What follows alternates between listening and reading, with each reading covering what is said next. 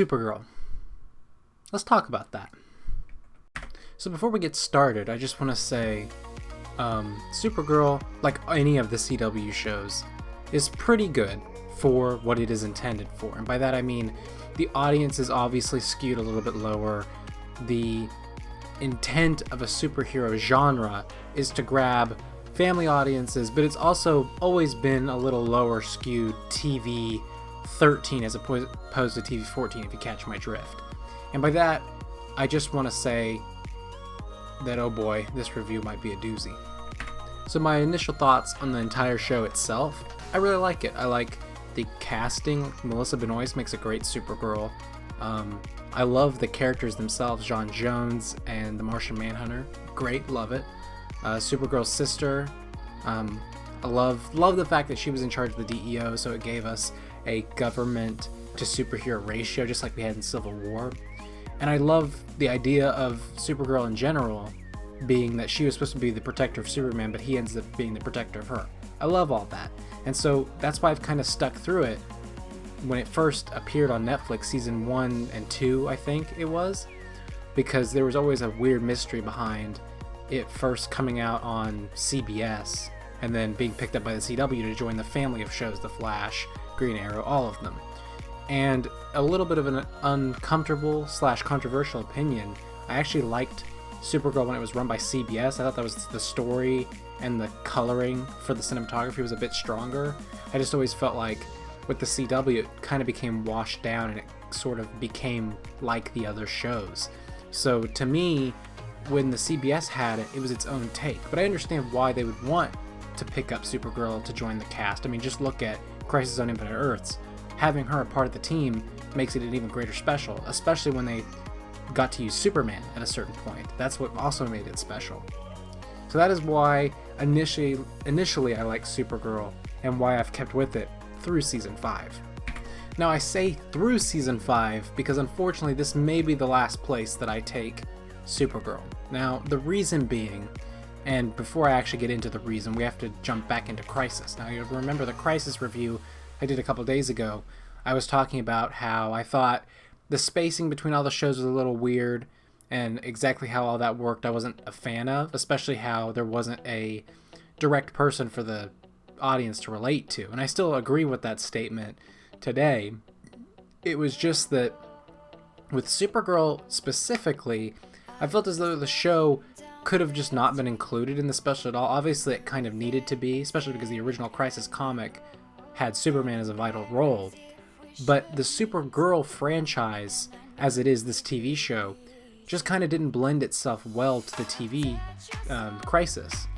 And so with that being said, there was a lot of season 5 that actually just got dropped on the cutting room floor because of Crisis. The first 5, 6, 7 episodes of Supergirl season 5 revolved around J'onn J'onzz's brother and actually the complications between Lena and Supergirl, because now Lena knows Supergirl's identity. It creates this boundary between friendship and foe if we are actually going to get another Superman x Luthor combat and combative relationship just with Supergirl instead.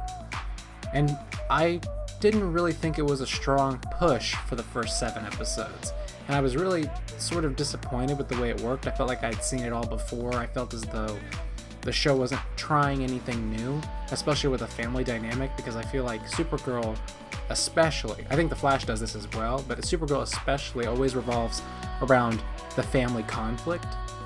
And so I wasn't exactly the hugest fan of just another season of how much family is important to us.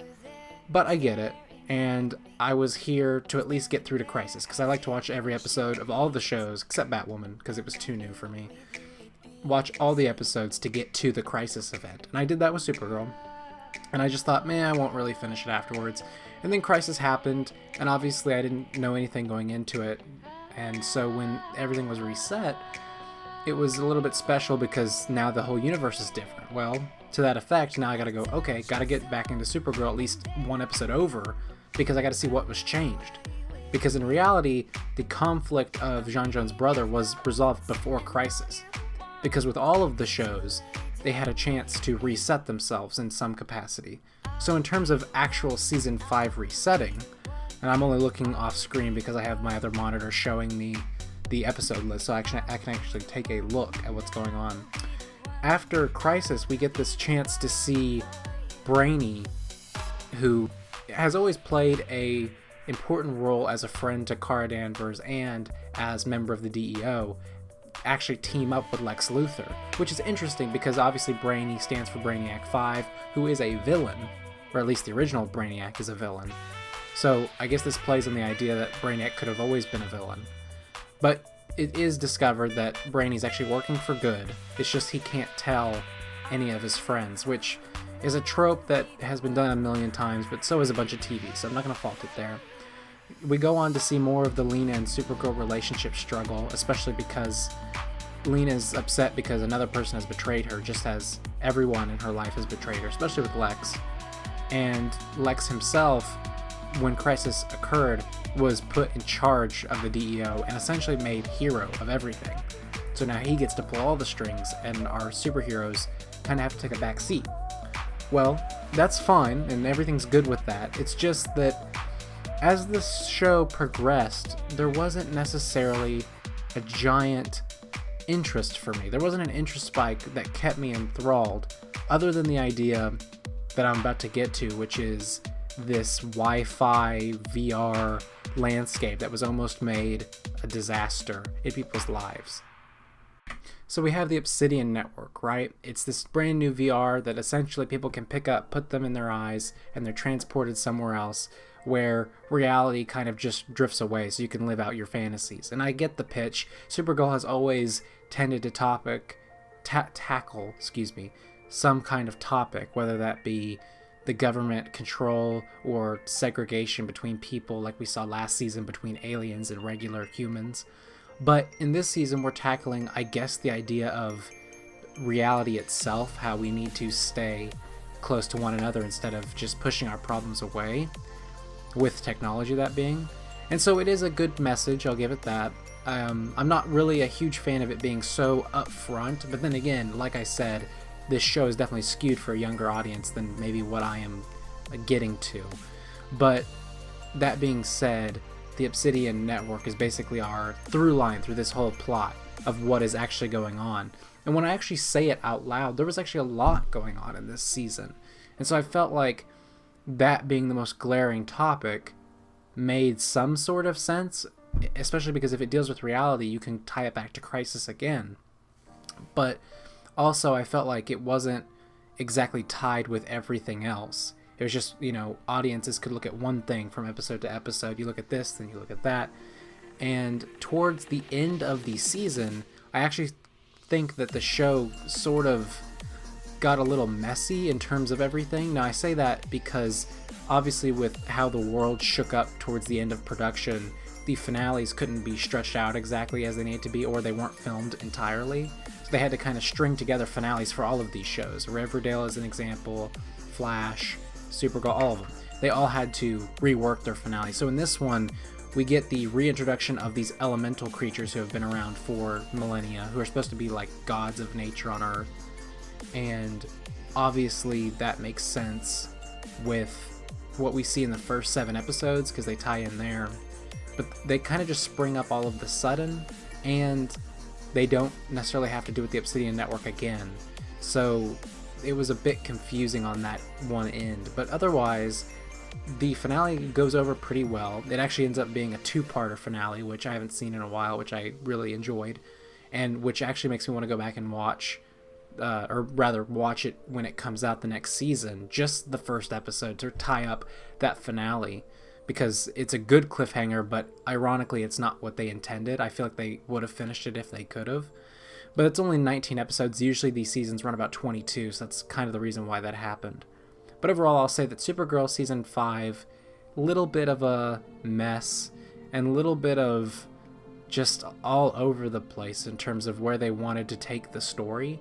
I think overall the message is clear, and I think Supergirl does an amazing job of showing a message, but just in terms of how it could have started branching off a whole new storyline, but instead chose to continue eventually continue the story from the first 7 episodes, I'm not really a huge fan of.